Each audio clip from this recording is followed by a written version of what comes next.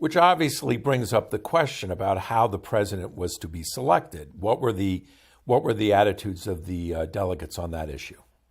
There were three ideas floated. The first, which Gouverneur Morris of Pennsylvania floats, is the idea of having the president elected by the people. Today, this may seem obvious to us. In 1787, it was far more complicated than we might think. One reason is, as some delegates pointed out, how will the people at large know who the national characters, the leading national figures are? So in some cases, some delegates thought the people were not the proper people to make this selection. But the bigger challenge with having the president elected by the people would be how would it work? There were not uniform rules across the states about who had the right to vote.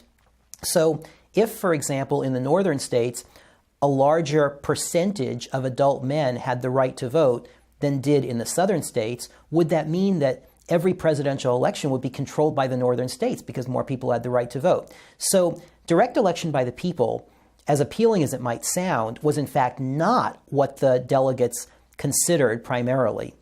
What they primarily thought about was having the president elected by Congress. That was in the Virginia plan, it was in the New Jersey plan, and it was, for the better part of the convention, what the delegates were planning. It wasn't clear exactly how. Would it be the House of Representatives? Would it be the Senate? Would it be some combination? But for most of the convention, it appeared that the Congress would select the president, which raised the issue of whether the president would be independent of Congress in any way.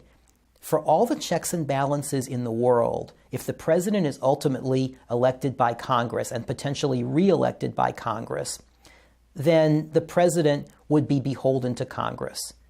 So election by Congress is always a problematic solution, even though it's the one that they spend the most time talking about because it's the one that seems most logical. And then, toward the end of the convention, another committee is appointed. This one is to deal with all the leftover matters. And one of the leftover matters is how we are actually going to elect the president, because they had never figured out the mechanism by which Congress would do it. And it's that committee that comes up with the third solution, which is to create a separate body whose sole function is to select the president. And that's the Electoral College. The way it works goes like this. Each state has a certain number of electors. It's equal to the number of representatives in the House plus the 2 senators that that state has. So it builds in the Great Compromise as well as the 3/5 compromise, because the number of House members is based on the 3/5 of the enslaved population as well as the free population. So in each state, the state can use whatever method it sees fit to select those electors. In some states, there was a popular vote for the electors.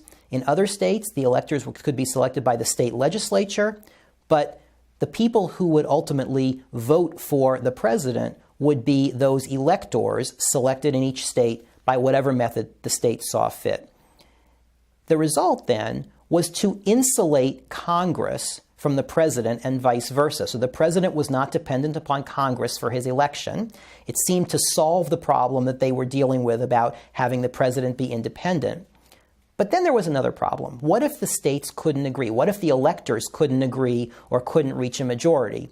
So they also built in another mechanism by which, if no one candidate received a majority of the electoral vote, it would go into Congress, where the House of Representatives would select the president, but it would do so on the basis of one state, one vote. So the congressmen from a particular state would get together, and those congressmen would have to figure out which candidate to back as a state. In some ways, again, it builds in that great compromise. Yes, we are leaving the choice to the House that's elected popularly by the people, but we are doing it in a way that has those people represented as a state. Can you summarize then the main arguments both for and against the Electoral College that were made at the time? Yes. At the time, the Electoral College solved a problem. It was the problem of creating an independent executive who was not beholden to Congress. So at the time, once they had figured out the Electoral College, once the committee had brought in the idea of the Electoral College, it seems as though that was fairly widely adopted at the convention. It's important to distinguish the debate then from the debate now.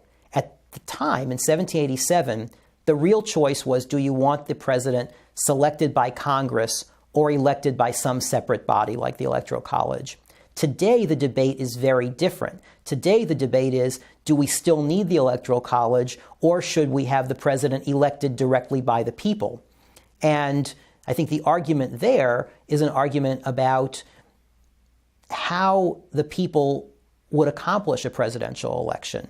Today, we have nationwide rules that govern who's eligible to vote, based on a series of constitutional amendments. The 15th Amendment that adult men could vote regardless of race, color, or previous condition of servitude. The 19th Amendment guaranteeing women the right to vote. The amendment that guarantees everybody 18 years of age or older the right to vote. This creates a national electorate that didn't exist in 1787. So now it's possible to talk about direct popular election of the president in a way that couldn't have happened in 1787.